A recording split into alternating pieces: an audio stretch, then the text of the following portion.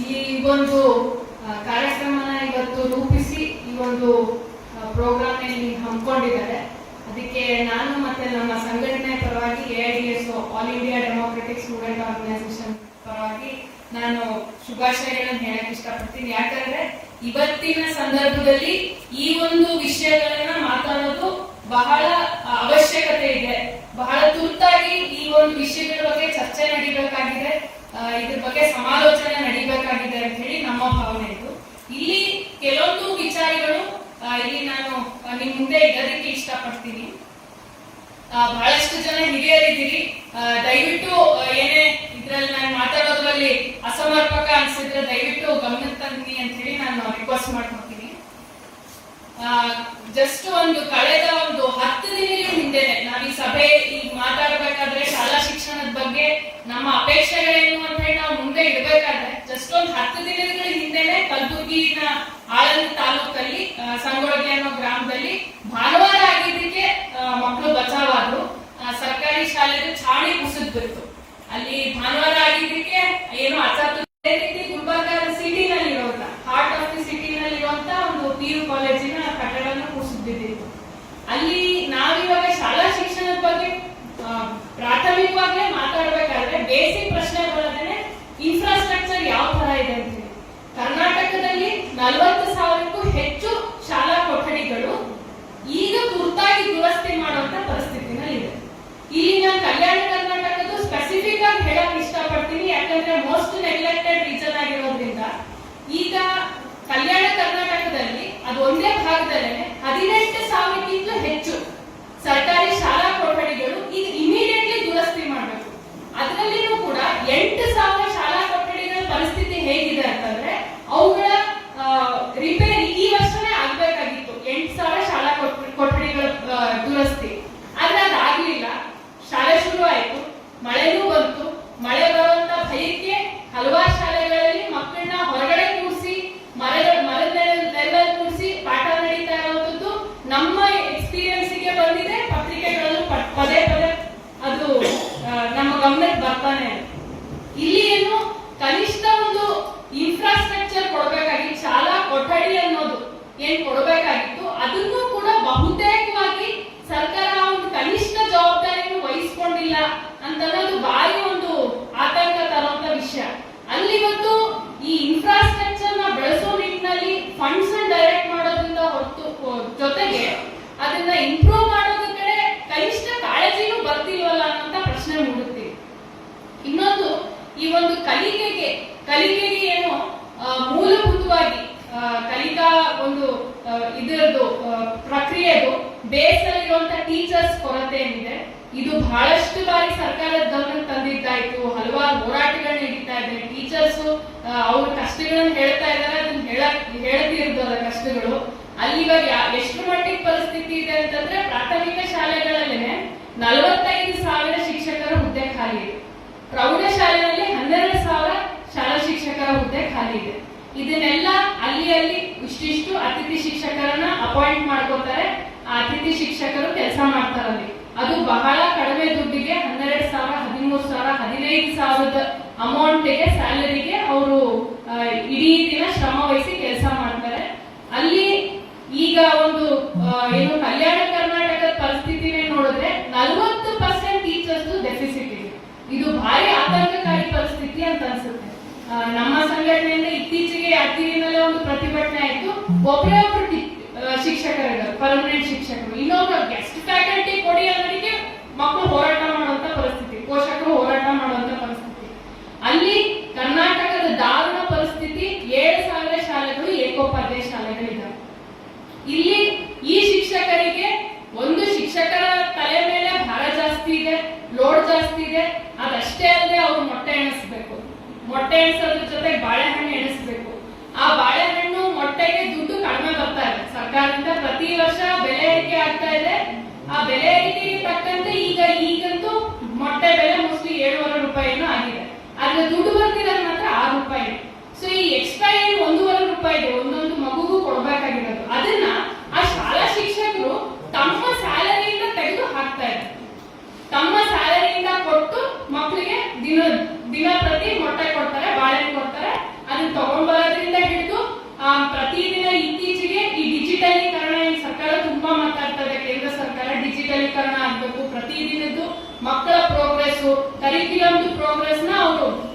Control ಮಾಡ್ತಾ ಹೋಗ್ಬೇಕು.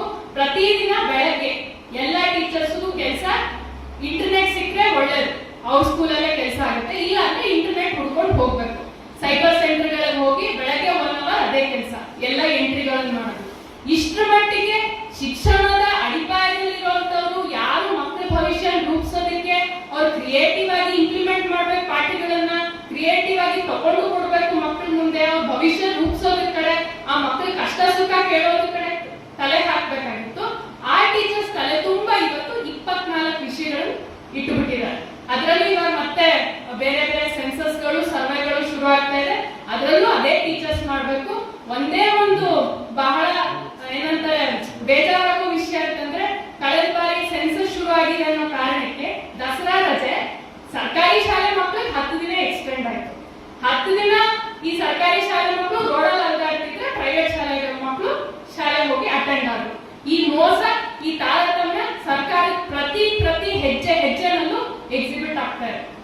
ಇನ್ನು ಶಾಲೆಗಳಲ್ಲಿ ಶೌಚಾಲಯ ಪರಿಸ್ಥಿತಿ ಎಷ್ಟು ದಾರುಣವಾಗಿದೆ ಅಂತಂದ್ರೆ, ಸರ್ಕಾರಿ ಶಾಲೆಯಲ್ಲಿ ಒಂದು 200-300 ಮಕ್ಕಳು ಇದ್ದಾರೆ ಅಂತಂದ್ರೆ ಅದ್ರಲ್ಲಿ ಹುಡುಗಿರು ಒಂದಿಷ್ಟು ಜನ ಇದ್ರೆ ಅವತ್ತೊಂದು 20% ಅಬ್ಸೆಂಟ್ ಇರ್ತಾರೆ ಹಲವಾರು ಶಾಲೆಗಳಲ್ಲಿ. ಯಾಕೆ ಅಂತಂದ್ರೆ ಶೌಚಾಲಯ ಚೆನ್ನಾಗಿಲ್ಲ. ಅದರಲ್ಲೂ ಮೆಚೂರ್ಡ್ ಆಗಿರೋ ಹುಡುಗಿರು ಅವತ್ತಿನ ದಿನ ರಜಾನೆ. ಸೊ ತಿಂಗಳಲ್ಲಿ 2 ದಿನ 3 ದಿನ ರಜೆ ಹಾಕಿ ಅವತ್ತಿನ ದಿನ ಬರೋದಿಲ್ಲ ಮಕ್ಕಳು ಶಾಲೆಗಳಿಗೆ. ಇದು ಕನಿಷ್ಠ ಏನು ಬರೀ ರೆಕಾರ್ಡ್ಸ್ ಅಲ್ಲಿ ಶೌಚಾಲಯ ಇದೆ ಅಂತ ಅಷ್ಟೇ ಸಾಕಾಗಲ್ಲ. ಆ ಶೌಚಾಲಯಕ್ಕೆ ನೀರು ಬರ್ತಾ ಇದೆಯಾ, ಆ ಶೌಚಾಲಯನ ಕ್ಲೀನ್ ಮಾಡೋದಕ್ಕೆ ಡಿ ಗ್ರೂಪ್ ನೌಕರರು ಇಟ್ಟಿದ್ದಾರ, ಡಿ ಗ್ರೂಪ್ ನೌಕರರ ರೆಕ್ರೂಟ್ಮೆಂಟ್ ಗಳಾಗಿನೇ ವರ್ಷಗಟ್ಟಲೆ ಆಗೋಗಿದೆ. ಡಿ ಗ್ರೂಪ್ ನೌಕರರ ರೆಕ್ರೂಟ್ಮೆಂಟ್ ಇಲ್ಲ. ಸರ್ಕಾರ ಇಷ್ಟೆಲ್ಲ ಮಾತಾಡ್ತಿರೋ ಕೆಪಿಎಸ್ ಶಾಲೆಯಲ್ಲಿ ಡಿ ಗ್ರೂಪ್ ನೌಕರರೇ ಇಲ್ಲ. ಹೊಂಗನೂರು ಶಾಲೆಯಲ್ಲಿ ಇನ್ನೂ ಡಿ ಗ್ರೂಪ್ ನೌಕರರ ಅಪಾಯಿಂಟ್ಮೆಂಟೇ ಆಗಿಲ್ಲ. ಡಿ ಗ್ರೂಪ್ ನೌಕರರು ಇಲ್ಲ ಅಂದ್ರೆ ಯಾರು ಶೌಚಾಲಯ ಕ್ಲೀನ್ ಮಾಡ್ತಾರೆ, ಯಾರು ನೀರು ಬರೆಸ್ತಾರೆ, ಅದ್ರ ಕಡೆ ಗಮನ ಹಾಕೋರು ಯಾರು? ಶೌಚಾಲಯದ ಅಂಕಿ ಅಂಶಗಳಲ್ಲಿ ಶೌಚಾಲಯ ಇದೆ ಅಂತ ಟಿಕ್ ಹೊಡೆದ್ಬಿಡ್ತಾರೆ ಸರ್ಕಾರ. ಆದ್ರೆ ಸರ್ವೆ ಲೆಕ್ಕಕ್ಕೆ ಆಗೋಯ್ತೆ ಹೊತ್ತು ಮಗು ಶೌಚಾಲಯ ಬಳಸಕ್ ಆಗ್ತಿಲ್ಲ. ನೀರಿನ ವ್ಯವಸ್ಥೆ ಹಲವಾರು ಶಾಲೆಗಳೇನಿಲ್ಲ. ವರ್ಕಿಂಗ್ ಡ್ರಿಂಕಿಂಗ್ ವಾಟರ್ ಅದು ವರ್ಕ್ ಆಗ್ಬೇಕು, ಆ ಮಷೀನ್ ಅವತ್ತು ಕೆಲಸ ಮಾಡ್ಬೇಕು, ಅದು ಮಾಡೋದಿಲ್ಲ. ಇಲ್ಲಿ ಇವತ್ತು ಏನು ಕಲಿಕೆದು ಏನ್ ಇನ್ಫ್ರಾಸ್ಟ್ರಕ್ಚರ್ ಇದೆ ಇರಬೇಕಾಗಿತ್ತು, ಕನಿಷ್ಠ ಇನ್ಫ್ರಾಸ್ಟ್ರಕ್ಚರ್. ಈ ಒಂದು ಕನಿಷ್ಠ ಇನ್ಫ್ರಾಸ್ಟ್ರಕ್ಚರ್ನೇ ಮೂಲಭೂತವಾಗಿ ಕಿತ್ಕೊಂಡ್ಬಿಟ್ಟು ಬಡಜರಿಂದ ಸರ್ಕಾರಿ ಶಾಲೆ ಮಕ್ಕಳು ಬರ್ತಿಲ್ಲ, ಅದನ್ನ ಪೋಷಕರ ಮೇಲೆ ಗೂಬೆ ಕೂರಿಸೋದು. ಕನಿಷ್ಠ ನೈತಿಕತೆ ಅಂಡರಾದ್ರೂ ಬರುತ್ತಾ ಇದು ಅಂತ ಹೇಳಿ ಪ್ರಶ್ನೆ ಬರುತ್ತೆ. ಮಾತಿಗೆ ಸರ್ಕಾರಿ ಶಾಲೆ ಮಕ್ಕಳು ಬರಲ್ಲ, ಸರ್ಕಾರಿ ಶಾಲೆ ಮಕ್ಕಳು ಬರಲ್ಲ ಅಂದ್ರೆ ನೀವು ಸರ್ಕಾರಿ ಶಾಲೆ ಮಕ್ಕಳನ್ನ ಏನ್ ಪರಿಗಣಿಸ್ತಾ ಇದ್ದೀರಪ್ಪ? ಪ್ರಾಣಿಗಳ ತರ ಬಂದು ಕೂತ್ಕೋಬೇಕಾ? ನೀವು ಒಂದು ಡಿಗ್ನಿಫೈಡ್ ಸ್ಕೂಲ್ ಅಟ್ಮಾಸ್ಫಿಯರ್ ಸೃಷ್ಟಿ ಮಾಡಕ್ಕಾಗಿಲ್ಲ. ಅಲ್ಲಿ ಹೋದ್ರೆ ಗೌರವ ಇಲ್ಲ, ಅಲ್ಲಿ ಹೋದ್ರೆ ಶೌಚಾಲಯ ಇಲ್ಲ, ಬೈಲಲ್ಲಿ ಹೋಗ್ಬೇಕು ಅಂತ ಅಟ್ಮಾಸ್ಫಿಯರ್ ಅಲ್ಲಿ ಇರ್ಲಿ ಮಕ್ಕಳು ಪರವಾಗಿಲ್ಲ, ಶಾಲೆ ಬನ್ನಿ ಅಂತ ಕೇಳ್ತಿರಲ್ಲ. ಇದು ಕನಿಷ್ಠ ನೈತಿಕತೆ ಆದ್ರೂ ಆಗುತ್ತಾ ಅನ್ನೋ ಪ್ರಶ್ನೆ ಬರುತ್ತೆ.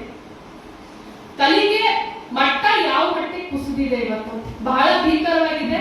ಇದು ಕಳೆದ 16 ವರ್ಷಗಳಿಂದ, ಅದರಲ್ಲೂ ನೋ ಡಿಟೆನ್ಷನ್ ಪಾಲಿಸಿ ಬಂದ್ಮೇಲಿಂದ, ಪಾಸ್ ಫೇಲ್ ಪದ್ಧತಿ ರದ್ದಾದ್ಮೇಲಿಂದ ಇದು ಬಹಳ ರ್ಯಾಪಿಡ್ ಆಗಿ ಕುಸಿದೋಗಿದೆ ಅಂತ ಅನ್ನೋದು ಹಲವಾರು ಜನ ಶಿಕ್ಷಣ ತಜ್ಞರು ಹೇಳ್ತಾ ಇದ್ದಾರೆ. ಪದೇ ಪದೇ ಶಿಕ್ಷಣದ ಗುಣಮಟ್ಟ ಏನಿದೆ ಅದು ಇಷ್ಟು ಮಟ್ಟಿಗೆ ಪಾತಾಳ ಕುಸಿದಿರೋದ್ರ ಬಗ್ಗೆ ಹಲವಾರು ಜನರಲ್ಲಿ ಆತಂಕ ಇದೆ. ಅಲ್ಲಿ ಕೆಲವೊಂದು ಅಂಕಿಅಂಶಗಳನ್ನ ಹೇಳೋಣ ಅಂತ ಅನಿಸ್ತು ನನಗೆ. 1ನೇ ಕ್ಲಾಸ್ ಮಕ್ಕಳಲ್ಲಿ 32% ಮಕ್ಕಳಿಗೆ ಅಕ್ಷರ ಗುರುತಿಸಕ್ಕೂ ಬರೋದಿಲ್ಲ. 39% ಮಕ್ಕಳಿಗೆ ಶಬ್ದಗಳನ್ನು ಗುರುತಿಸಕ್ ಬರಲ್ಲ. 3ನೇ ಕ್ಲಾಸ್ ಮಕ್ಕಳಿಗೆ 2ನೇ ಕ್ಲಾಸಿನ ಟೆಕ್ಸ್ಟ್ ಬುಕ್ ಓದಕ್ ಸಾಧ್ಯ ಇರುವಂತವ್ರು 15% ಅಷ್ಟೇ. 23% ಮಕ್ಕಳಿಗೆ ಮಾತ್ರ ಕಳಿಯೋದು ಬರುತ್ತೆ. 3ನೇ ಕ್ಲಾಸ್ ಮಕ್ಕಳಿಗೆ ಕಳಿಯೋದು ಬರೋದು ಬರೀ 23%. 5ನೇ ಕ್ಲಾಸ್ ಮಕ್ಕಳಲ್ಲಿ 34% ಮಕ್ಕಳು ಮಾತ್ರ 2ನೇ ತರಗತಿಯ ಟೆಕ್ಸ್ಟ್ ಬುಕ್ ಓದಕ್ ಸಾಧ್ಯ, ಪಠ್ಯನ ಓದಕ್ ಸಾಧ್ಯ. 19 ಜನ ಮಕ್ಕಳು ಸಿಂಪಲ್ ನ್ಯೂಮರಿಕಲ್ಸ್ ಕಳಿಯೋದು, ಗುಣಿಸೋದು, ಕೂಡಿಸೋದು, ಇದನ್ನ ಕನಿಷ್ಠ ಮಾಡೋದಕ್ಕೆ ಅಷ್ಟೇ ಮಕ್ಕಳಿಗೆ ಸಾಧ್ಯ. ಇಲ್ಲಿವತ್ತು ನಮ್ಮ ಸರ್ಕಾರ NEP ಇಂದ ಹಿಡ್ಕೊಂಡು ಸ್ಕಿಲ್ ಬರಬೇಕು, ಸ್ಕಿಲ್ ಇಂಡಿಯಾ, ನಾವು ಸ್ಕಿಲ್ಡ್ ಎಜುಕೇಶನ್ ಕೊಡಬೇಕು, ವೃತ್ತಿಪರ ಶಿಕ್ಷಣ ಕೊಡಬೇಕು, ಅದನ್ನ ಮಕ್ಕಳಿಗೆ ನಾವು 1ನೇ ಕ್ಲಾಸಿನ ಕಂಪ್ಯೂಟರ್ ಸೈನ್ಸ್ ಕಲ್ಸೋಣ ಅಂತ ಹೇಳಿ ನಮ್ಮ ಕರ್ನಾಟಕದ ಎಜುಕೇಶನ್ ಮಿನಿಸ್ಟರ್ ಹೇಳ್ತಾರೆ. 1ನೇ ಕ್ಲಾಸ್ ಮಗುಗೆ ಕಂಪ್ಯೂಟರ್ ಸೈನ್ಸಿನ ಅವಶ್ಯಕತೆ ಇಲ್ಲ ಅಂತ ಅನ್ನೋದನ್ನ ಯಾರಾದ್ರೂ ಒಬ್ಬ ಟೀಚರ್ಗೂ ಒಬ್ಬ ಪ್ರೊಫೆಸರ್ ಕೇಳಿದ್ರು ಬಿಟ್ಬಿಟ್ಟಿರೋದು. ಅಷ್ಟು ಶೌಚಾಲಯನೇ ಇಲ್ಲ ಅಂತ ಅನ್ಸುತ್ತೆ ನನ್ಗೆ ಇವತ್ತು ಅಧಿಕಾರದಲ್ಲಿ ಇರೋರಿಗೆ. 1ನೇ ಕ್ಲಾಸ್ ಮಕ್ಕಳಿಗೆ ನಾವು ಕಂಪ್ಯೂಟರ್ ಸೈನ್ಸ್ ಹೇಳ್ಕೊಡ್ತೀವಿ. ಅದಕ್ಕೆ ಕರ್ನಾಟಕದಲ್ಲಿ 22,500 IT ಶಿಕ್ಷಕರನ್ನ ನೇಮಕ ಮಾಡ್ಕೊಡ್ತೀವಿ ಅಂತ ಹೇಳಿ. ಅದರಲ್ಲೂ ತಾರತಮ್ಯ ಏನು ಅಂದ್ರೆ ಆ 2,500 ಟೀಚರ್ಸ್ ಏನ್ ರೆಕ್ರೂಟ್ ಮಾಡ್ಕೊಂಡಿದ್ದಾರೆ ಅದಿಷ್ಟು ಜನ KPS ಅಷ್ಟೇ, ಬೇರೆ ಶಾಲೆಗಳಿಗೆ ಕೊಡೋದ್ರಲ್ಲೂ ಮೋಸ. ಅದು ಕೊಡೋದ್ರಲ್ಲೂ ಎಷ್ಟು ಮಟ್ಟಿಗೆ ಅವೈಜ್ಞಾನಿಕವಾಗಿದೆ ಅಂದ್ರೆ ಈ ಸ್ಕಿಲ್ ಅನ್ನೋ ಕಾನ್ಸೆಪ್ಟ್ ಅನ್ನ NEP ಪದೇ ಪದೇ ಹೇಳ್ತಾರೆ. ನ್ಯೂ ಎಜುಕೇಶನ್ ಪಾಲಿಸಿ 2020 ಇಂಪ್ಲಿಮೆಂಟ್ ಆಯ್ತು. ಪದೇ ಪದೇ ಸ್ಕಿಲ್ ಬಗ್ಗೆ ಮಾತಾಡ್ತಾ ಇದ್ದಾರೆ, ಡಿಜಿಟಲ್ ಎಜುಕೇಶನ್ ಬಗ್ಗೆ ಮಾತಾಡ್ತಾ ಇದ್ದಾರೆ, ಸ್ಮಾರ್ಟ್ ಕ್ಲಾಸ್ ಬಗ್ಗೆ ಮಾತಾಡ್ತಾ ಇದ್ದಾರೆ. ಆದ್ರೆ ಇಲ್ಲಿ ಬೇಸಿಕ್ 3 Rಗಳು 3 R's ಏನಿತ್ತು, ರೀಡಿಂಗ್, ರೈಟಿಂಗ್, ಬೇಸಿಕ್ ಅರ್ಥಮೆಟಿಕ್ಸ್, ಅದನ್ನೇ ಪಕ್ಕಕ್ಕೆ ಸರಿಸ್ಬಿಟ್ಟು ಸ್ಕಿಲ್ ಕೊಟ್ಟು ಒಬ್ಬ ಮನುಷ್ಯ ಏನಾಗಕ್ ಸಾಧ್ಯ? ಇಲ್ಲಿ ನಾನು ಬಹಳ ಜನ ಹಿರಿಯರಿದ್ದೀರಿ, ಜಸ್ಟ್ ನಿಮ್ ಮುಂದೆ ಇಡೋಣ ಅಂತ ಅನಿಸ್ತು. ಸ್ವಾಮಿ ವಿವೇಕಾನಂದ ಏನ್ ಹೇಳ್ತಾರೆ, ಶಿಕ್ಷಣ ಅಂತಂದ್ರೆ ಬರೀ ಒಂದು ಮಗುವಿನ ಮೆದುಳಿಗೆ ಒಂದಿಷ್ಟು ಮಾಹಿತಿನ ತುರುಕಿ ಆ ಮಾಹಿತಿನ ಏನ್ ಮಾಡ್ಲಿ ಅಂತ ಹೇಳೋದು ಇಡೀ ಜೀವನ ಬಳದೋದಕ್ಕೂ ಅದು ಶಿಕ್ಷಣ ಅಲ್ಲ. ಆ ಮಗು ಒಂದು ಆತ್ಮಾಭಿಮಾನ ಬೆಳೆಯುವಂತ, ಬುದ್ಧಿಶಕ್ತಿನ ಹೊಂದಿರುವಂತ, ತನ್ನ ಸ್ವಂತ ಕಾಲ ಮೇಲೆ ತಾನು ನಿಂತ್ಕೊಳ್ಳುವಂತ ವ್ಯಕ್ತಿ ಆಗ್ಬೇಕು. ಅಂತ ಶಿಕ್ಷಣ ಬೇಕಾಗಿರೋದು ಅಂತ ಹೇಳಿ ಆಲ್ಬರ್ಟ್ ಐನ್ಸ್ಟೈನ್ ಏನೋ 20ನೇ ಶತಮಾನದ ಮೇಧಾವಿ ವಿಜ್ಞಾನಿ, ಅವರು ಏನ್ ಹೇಳ್ತಾರೆ, ವೃತ್ತಿಪರ ಶಿಕ್ಷಣ ಬಗ್ಗೆ, ಸ್ಕಿಲ್ ಬಗ್ಗೆ, professional education and specialised education, ಇದ್ರ ಬಗ್ಗೆ ಅವ್ರು ಏನ್ ಹೇಳ್ತಾರೆ, ನಿರ್ದಿಷ್ಟ ವಿಷಯದ ಪರಿಣಿತಿ ಅಥವಾ ವೃತ್ತಿಪರ ಶಿಕ್ಷಣ ಕೊಡೋದು ಅಷ್ಟೇ ಶಿಕ್ಷಣದ ಉದ್ದೇಶ ಆಗಬಾರ್ದು. ಅಲ್ಲಿ ಮಕ್ಕಳಲ್ಲಿ ಒಂದು ಸಾರ್ವತ್ರಿಕವಾಗಿ ಸಂಪೂರ್ಣವಾಗಿ ಆ ಮಗುವಿನ ಡೆವಲಪ್ಮೆಂಟ್ ಆಗ್ಬೇಕು. ಹೇಗೆ? ಅದಕ್ಕೆ ನೀತಿಗಳ ಬಗ್ಗೆ, ನೈತಿಕದ ಬಗ್ಗೆ ಅಟ್ರಾಕ್ಷನ್ ಹುಟ್ಟಿಸ್ಬೇಕು. ಅದ್ರ ಮನಸ್ಸಿನ ಭಾವನೆಗಳಲ್ಲಿ ಒಂದಾಗ್ಬೇಕು, ಯಾವುದು ಸರಿ ಯಾವುದು ತಪ್ಪು, ನೈತಿಕತೆ ಬಗ್ಗೆನೇ ಆಕರ್ಷಣೆ ಹುಟ್ಟಿಸ್ಬೇಕು ಆ ಮಗುವಿನಲ್ಲಿ. ಅದ್ರ ಜೊತೆಗೆ ಆ ಮಗು ಒಂದು ಸಂಸ್ಕೃತಿ ಇರುವಂತ, ಸರಿ ತಪ್ಪುನ ಗುರುತಿಸೋಕಾಗುವಂತ, ತರ್ಕಬದ್ಧವಾಗಿ ವಿಚಾರ ಮಾಡುವಂತ, ಬುದ್ಧಿಮಟ್ಟ ಇರುವಂತ ಮಗು ಆಗ್ಬೇಕೆ ಹೊರತು ಇದೆಲ್ಲಾನು ಬಿಟ್ಬಿಟ್ಟು ಬರೀ ಪ್ರೊಫೆಷನ್, ಬರೀ ವಿಶಿಷ್ಟ ಒಂದು ತರಬೇತಿ ಕೊಡೋದ್ರ ಮೂಲಕ ಆ ಮಗುನ ರೂಪಿಸಿದ್ರೆ ಆ ಮಗು ತರಬೇತಿ ಪಡೆದ ಪ್ರಾಣಿಯ ಹಾಗೆ ಕಾಣುತ್ತೆ ಅಂತ ಹೇಳ್ತಾರೆ ಆಲ್ಬರ್ಟ್ ಐನ್ಸ್ಟೈನ್.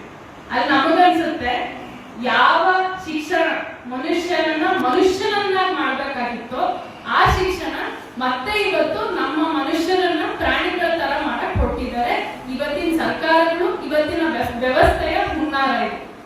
ಅಲ್ಲಿ ಯಾವಾಗ ಬ್ರಿಟಿಷರು ಈ ದೇಶದಲ್ಲಿ ಇದೊಂದು ಜಸ್ಟ್ ಇಲ್ಲಿ ಹೇಳೋಣ ಅಂತ ಅನಿಸ್ತು, ಯಾವಾಗ ಬ್ರಿಟಿಷರು ನಮ್ಮ ದೇಶದಲ್ಲಿ ಶಿಕ್ಷಣ ತಗೊಂಡ್ಬಂದ್ರು, ಮೆಕ್ಯಾಲನ್ ಎಜುಕೇಶನ್ ಇಂಪ್ಲಿಮೆಂಟ್ ಮಾಡಿದ್ರು, ಆವಾಗ ಒಂದು ಬಹಳ ಇಂಟ್ರೆಸ್ಟಿಂಗ್ ಘಟನಾವಳಿ ನಡೆಯುತ್ತೆ.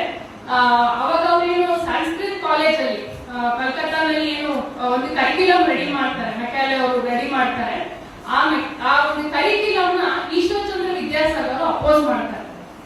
ಏನು ಅಂತಂದ್ರೆ, ನಿಮ್ಮ ಕರಿಕ್ಯುಲಮ್ ಅಲ್ಲಿ ಸೈನ್ಸ್ ಇಲ್ಲ, ನೀವು ಏನಂತಾರೆ ಒಂದು ವೈಜ್ಞಾನಿಕವಾಗಿ ಯೋಚನೆ ಮಾಡುವಂತ ಕರಿಕ್ಯುಲಮ್ ನೀವು ಸೃಷ್ಟಿ ಮಾಡ್ತಿಲ್ಲ.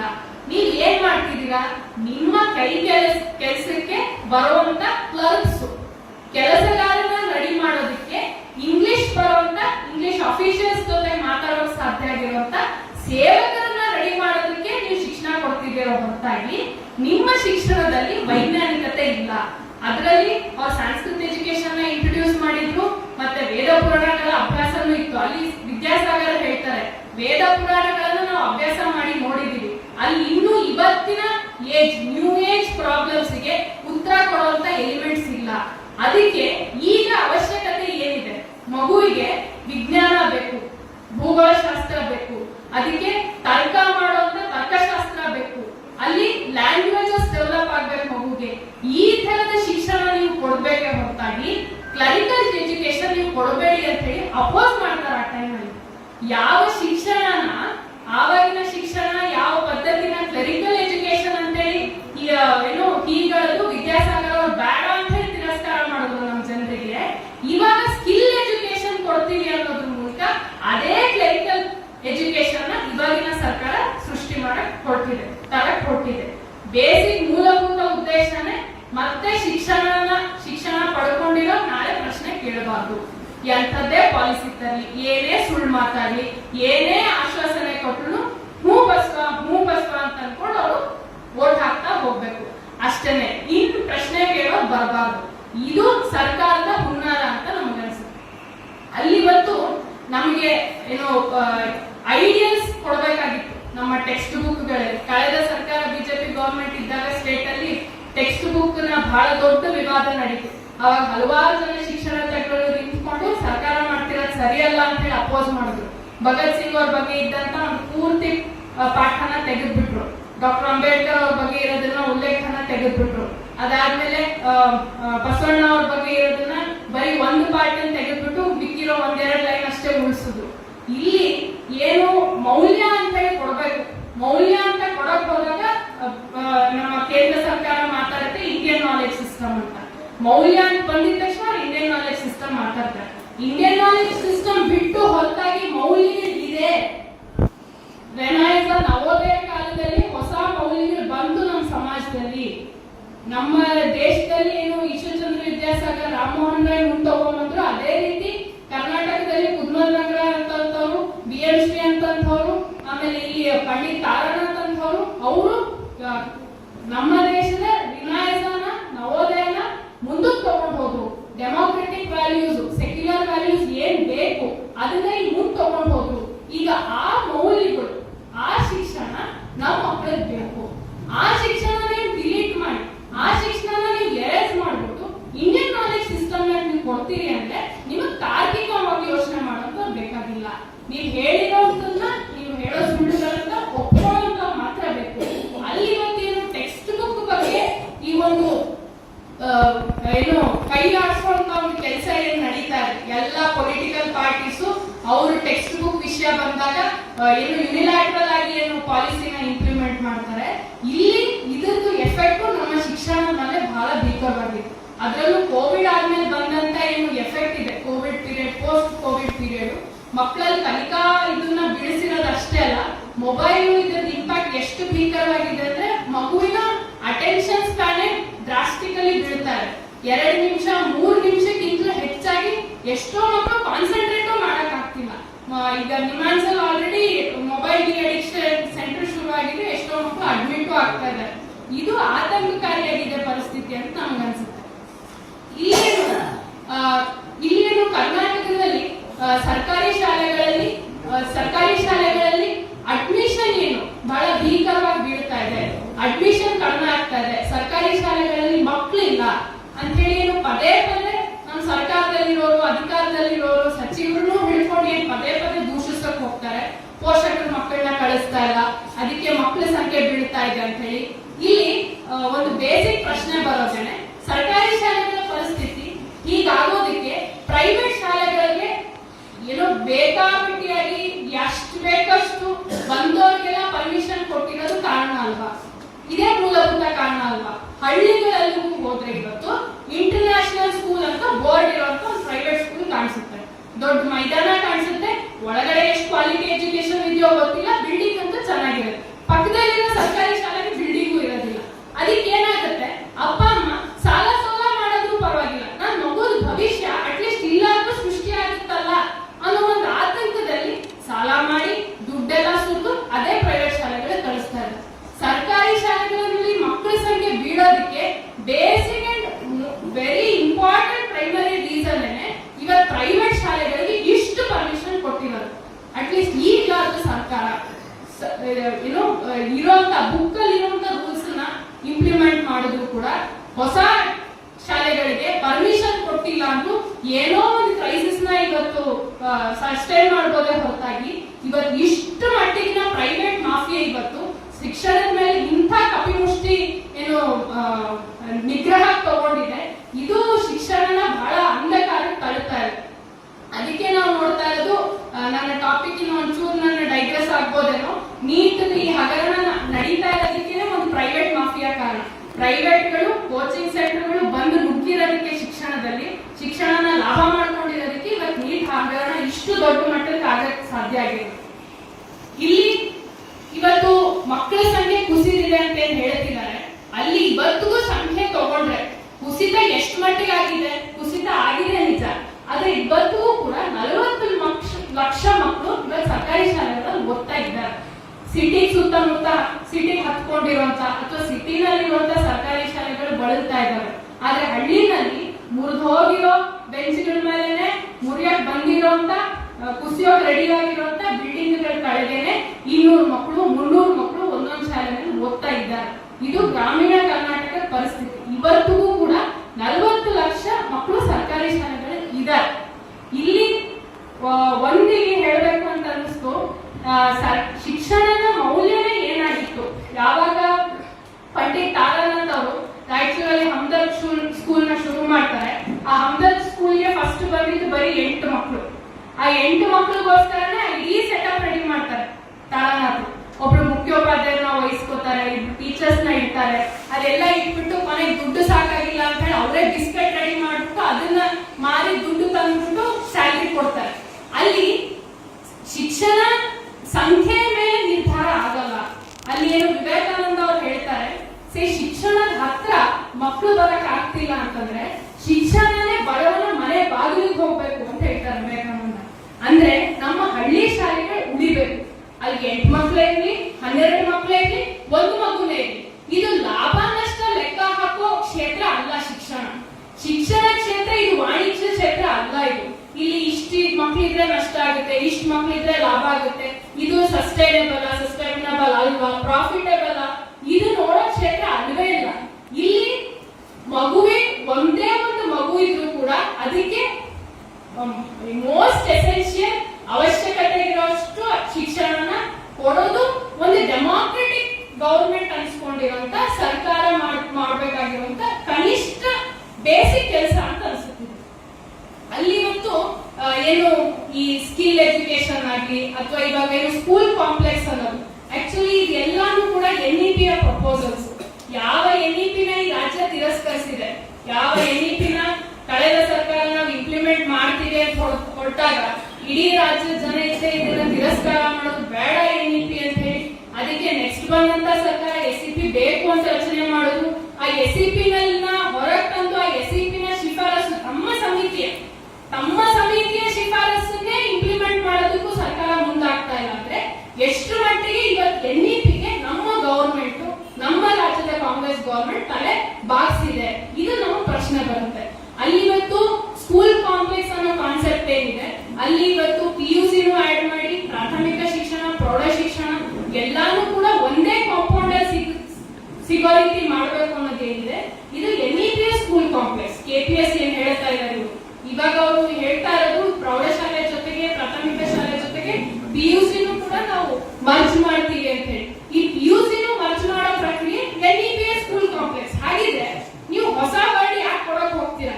NEP ನೀವು ಇಂಪ್ಲಿಮೆಂಟ್ ಮಾಡ್ತಾ NEP ಅಂತಾನೆ ಹೇಳಿ, NEP ಸ್ಕೂಲ್ ಕಾಂಪ್ಲೆಕ್ಸ್ ನೀವು ಇಂಪ್ಲಿಮೆಂಟ್ ಮಾಡ್ತಾ ಇದ್ದಾರೆ, NEP ಸ್ಕಿಲ್ ಎಜುಕೇಶನ್ ನೀವು ಇಂಪ್ಲಿಮೆಂಟ್ ಮಾಡ್ತೀರಾ, ಅದೇ ಇಂಪ್ಲಿಮೆಂಟ್ ಮಾಡ್ತಿದ್ದೀರಾ ಅಂತ ಹೇಳಿ ಅಂತ ಹೇಳ್ಬೇಕು ಅನ್ಸುತ್ತೆ. ಅಲ್ಲಿ ಇವತ್ತು ಏನು ಹಲವಾರು ಜನ ಮಹಾನ್ ವ್ಯಕ್ತಿಗಳು ನಮ್ಮ ದೇಶಕ್ಕೆ ಶಿಕ್ಷಣ ಅನ್ನೋದು ಹೇಗಿರ್ಬೇಕು, ಶಿಕ್ಷಣದ ಫೀಚರ್ಸ್ ಹೇಗಿರ್ಬೇಕು ಅಂತ ಹೇಳಿ ಹಲವಾರು ಜನ ಬಹಳ ಹೋರಾಟ ಮಾಡಿ ಈ ಒಂದು ಬೇಸ್ ನ ಕ್ರಿಯೇಟ್ ಮಾಡಿದ್ದಾರೆ. ಅದರಲ್ಲಿ ಜ್ಯೋತಿಬಾ ಫುಲೆಯಿಂದ ಹಿಡ್ಕೊಂಡು ವಿದ್ಯಾಸಾಗರ್ ಅವರಿಂದ ಹಿಡ್ಕೊಂಡು ಹಲವಾರು ಜನ ಶಿಕ್ಷಣದ ರೂಪುರೇಷೆ, ಅದು ಯಾರಿಗೆ ತಲುಪಬೇಕು, ಯಾವ ಮಟ್ಟದಲ್ಲಿ ತಲುಪಬೇಕು, ಅದ್ರ ಮೂಲ ಆಶಯ ಏನಾಗಿರ್ಬೇಕು ಅನ್ನುವಂತ ಆಶಯಗಳಿದೆ. ಆ ಆಶಯಗಳನ್ನೆಲ್ಲ ಇವತ್ತು ಎಲ್ಲಾ ಗವರ್ಮೆಂಟ್ಸು, ಎಲ್ಲಾ ಸರ್ಕಾರಗಳು ಅದನ್ನ ಬದಿಗೊಟ್ಟಿದೆ.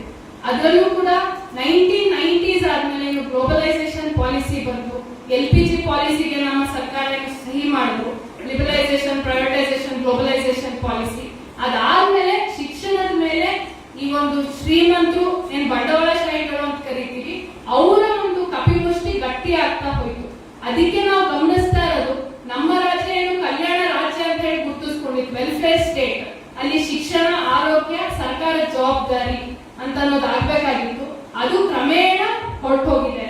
ಅಲ್ಲಿ ಏನು 2000s ಅಲ್ಲಿ ಬಂದಂತ ಬಿರ್ಲಾ ಅಂಬಾನಿ ಕಮಿಷನ್ ಪ್ರಪೋಸಲ್ ಏನಾಗಿತ್ತು, ಶಿಕ್ಷಣನ ಇನ್ಮೇಲೆ ಸರ್ವಿಸ್ ಇಂದ ತೆಗೆದು ಎಂಪ್ಲಾಯ್ಮೆಂಟ್ ಮಾಡಬೇಕು ಅನ್ನೋದ್ರಿಂದ ಹಿಡಿದು ಕರ್ನಾಟಕದ TMA ಪೈ ಕೇಸು, ಅಲ್ಲಿ ಏನು TMA ಪೈ ಕೇಸ್ ನಲ್ಲಿ ಬಹಳ ದೊಡ್ಡ ಇನ್ಸ್ಟಿಟ್ಯೂಷನ್ ಒಂದು ಏನು ಇನ್ವಾಲ್ವ್ ಆಗಿತ್ತು, ಕರ್ನಾಟಕದ ಇನ್ಸ್ಟಿಟ್ಯೂಷನ್, ಅಲ್ಲಿ ಇವಾಗ ಪ್ರಾಫಿಟಬಲ್ ಸೆಕ್ಟರ್ ಅನ್ನೋದು ಏನಾಯ್ತು ಎಜುಕೇಶನ್ ಅಂದ್ರೆ ಇನ್ವೆಸ್ಟ್ ಮಾಡಿರುವಂತ ವ್ಯಕ್ತಿ ಲಾಭ ಪಡ್ಕೊಳ್ಳೋ ಹಕ್ಕಿದೆ ಅಂತ ಹೇಳಿ. ಈ ಎಲ್ಲ ಬೆಳವಣಿಗೆಗಳು ಪೋಸ್ಟ್ ಗ್ಲೋಬಲೈಸೇಷನ್ ಏನ್ ಬೆಳವಣಿಗೆಗಳು ಇವೆಲ್ಲ ಏನ್ ಫಾಸ್ಟ್ ಆಗಿ ನಡೀತಾ ಇದೆ, ಇದು ಕಂಪ್ಲೀಟ್ಲಿ ಶಿಕ್ಷಣನ ಎರಡು ಭಾಗ ಮಾಡಾಕಿದೆ. ಇವತ್ತು ಒಂದು ಭಾಗ ನಮ್ಮ ದೇಶದ ಮಿಲಿಯಾಂತರ ಜನ ಮಕ್ಕಳು ಹೋಗುವಂತ ಸರ್ಕಾರಿ ಶಾಲೆಗಳಲ್ಲಿ ದಿನದಿನಕ್ಕೂ ಕುಸಿತಾ ಇರುವಂತ ಶಿಕ್ಷಣದ ಮಟ್ಟ. ಇನ್ನೊಂದ್ ಕಡೆ ನಾವು ನೋಡ್ತಾ ಇರೋದು ಯಾರು ದುಡ್ಡಿರೋರಿದ್ದಾರೆ, ಯಾರು ಇಷ್ಟು ದುಡ್ಡು ಅಫೋರ್ಡ್ ಮಾಡಕ್ ಸಾಧ್ಯ ಆಗುತ್ತೆ ಅವ್ರು ಕಳಿಸ್ತಾ ಇರುವಂತ ಇಂಟರ್ನ್ಯಾಷನಲ್ ಸ್ಕೂಲ್ಸ್. ಆ ಇಂಟರ್ನ್ಯಾಷನಲ್ ಸ್ಕೂಲ್ಸ್ ಅಲ್ಲಿ ಸ್ವಿಮ್ಮಿಂಗ್ ಪೂಲ್ ಇಂದ ಹಿಡಿದು ಎಲ್ಲಾ ತರದ್ದು, ಸ್ಕೇಟಿಂಗ್ ಇಂದ ಹಿಡಿದು ಎಲ್ಲಾ ತರದ್ದು ಇದೆ. ಅದರಲ್ಲಿ ಆ ಒಂದು ರೀತಿಯ ಇನ್ನೊಂದು ರೀತಿಯ ಶಿಕ್ಷಣ ತಯಾರಾಗ್ತಾರೆ. ದುಡ್ಡು ಇರೋರಿಗೆ ಒಂದು ರೀತಿ ಶಿಕ್ಷಣ, ದುಡ್ಡು ಇಲ್ಲದೆ ಇರೋರಿಗೆ ಇನ್ನೊಂದು ರೀತಿ ಶಿಕ್ಷಣ. ನಮಗನ್ಸುತ್ತೆ ಇವತ್ತಿನ ಈ ವ್ಯವಸ್ಥೆ, ಬಂಡವಾಳಶಾಹಿ ವ್ಯವಸ್ಥೆ ಇದೆ, ಇದು ತನ್ನ ಸಾಯೋ ಹಂತದಲ್ಲಿ ಶಿಕ್ಷಣನೂ ಕೂಡ ಬಿಸ್ನೆಸ್ ಮಾಡಾಕ್ಬಿಟ್ಟಿದೆ. ತನ್ನ ಸರ್ವೈವ್ ಆಗ್ಬೇಕು, ಈ ಬಂಡವಾಳಶಾಹಿಗಳು ಸರ್ವೈವ್ ಆಗ್ಬೇಕು, ದುಡ್ಡಿರೋ ಸರ್ವೈವ್ ಆಗ್ಬೇಕು ಅಂದ್ರೆ ನಾನ್ ಲಾಸ್ ನೋ ಲಾಸ್ ಬಿಸ್ನೆಸ್ ಇದು ಶಿಕ್ಷಣ. ಅದಕ್ಕೆ ಇವತ್ತು ಕಾಲಿಟ್ಬಿಟ್ಟಿದ್ದಾರೆ. ಈ ಒಂದು ಇದರಲ್ಲಿ ಇವತ್ತಿನ ಶಿಕ್ಷಣ ನಮ್ಮ ದೇಶದ ಬಡ ಮಕ್ಕಳು ಭವಿಷ್ಯ ಕತ್ತಲಲ್ಲಿ ನಿಂತಿದೆ, ತಲೆ ಮೇಲೆ ತೂಗು ಕತ್ತಿ ನೇತಾಡ್ತಾ ಇದೆ. ಅಲ್ಲಿ ಇವತ್ತೇನು ಇಡೀ ಒಂದು ಕ್ರೈಸಿಸ್ ಸೃಷ್ಟಿ ಮಾಡಿದ್ದಾರೆ. ಶಿಕ್ಷಣದ ಮೂಲ ಕ್ರಕ್ಸ್ ತೆಗೆದುಹಾಕಿ ಅದರ ಏನು value based man making, character building ಏನು ಪ್ರಾಸೆಸ್ ಇತ್ತು ಅದರ ಮೂಲ ಕ್ರಕ್ಸ್ ನ ಕಿತ್ತಾಕಿ ಅದನ್ನ ಬರೀ ಒಂದು ಮಷೀನ್ ಮೇಕಿಂಗ್, ಕ್ಲರಿಕಲ್ ಎಜುಕೇಶನ್ ಗೆ ತಳಮಟ್ಟಕ್ಕೆ ಇಳಿಸಿದ್ದಾರೆ. ಈ ಒಂದು ಕ್ರೈಸಿಸ್ ನಮ್ಮ ಮುಂದೆ ಇವತ್ತು ಎದುರಾಗಿ ನಿಂತಿದೆ. ಅಲ್ಲಿ ನಮಗನ್ಸುತ್ತೆ ಜನ ಚಳುವಳಿ ಮಾತ್ರನೇ ವಿದ್ಯಾರ್ಥಿಗಳ ರಾಜಕೀಯವಾಗಿರುವಂತ, ಐಡಿಯಾಲಜಿಕಲ್ ಆಗಿರುವಂತ, ವೈಚಾರಿಕವಾಗಿ ರಾಜಕೀಯವಾಗಿ ಪ್ರಬುದ್ಧವಾಗಿರುವಂತ ವಿದ್ಯಾರ್ಥಿ ಚಳವಳಿ, ಜನ ಚಳವಳಿ ಒಂದು ಮಾತ್ರನೇ ಈ ಕ್ರೈಸಿಸ್ಗೆ ಒಂದು ಪರಿಹಾರ ಸೂಚಿಸಕ್ ಸಾಧ್ಯ. ಇವತ್ತು ಈ ಒಂದು ಕ್ರೈಸಿಸ್ ನ ಏನೋ ಆಫ್ಸೆಟ್ಸ್ ಆಗಿ ಇವತ್ತೇನು ಬಿಲ್ಡಿಂಗ್ ಗಳು ಕುಸಿತಾ ಇದೆ, ಮಕ್ಕಳ ತಲೆ ಮೇಲೆ ಕಲ್ಗುಳು ಬೀಳ್ತಾ ಇದೆ. ಇದು ನಮ್ಮ ವ್ಯವಸ್ಥೆಯ ತಲೆ ಮೇಲೆ ಬೀಳ್ತಿರೋಂತ ಒಂದೊಂದು ಪೆಟ್ಟು. ಅದನ್ನ ನಾವು ಆದಷ್ಟು ಬೇಗ ಗ್ರಹಿಸಬೇಕು. ಈ ವ್ಯವಸ್ಥೆ ಎಷ್ಟು ಭೀಕರವಾಗಿ ಇವತ್ತು ಶಿಕ್ಷಣದ ಮಟ್ಟಕ್ಕೆ ಕುಸಿತಾ ಇದೆ ಅನ್ನೋದನ್ನ ಇವತ್ತಿನ ವಿದ್ಯಾರ್ಥಿಗಳು ಅರಿತುಕೊಳ್ಳೋ ರೀತಿ ಮಾಡುವಂತ ಜವಾಬ್ದಾರಿನೂ ನಮ್ಮ ಹೆಗಲ ಮೇಲಿದೆ ಅಂತ ಹೇಳಿ ನನ್ನ ಇಷ್ಟು ವಿಷಯಗಳನ್ನ ಮಾಡಿಸಕ್ಕೆ ಅವಕಾಶ ಮಾಡಿಕೊಟ್ಟಿರುವಂತ ನಾನು ಎಲ್ರಿಗೂ ಧನ್ಯವಾದಗಳನ್ನ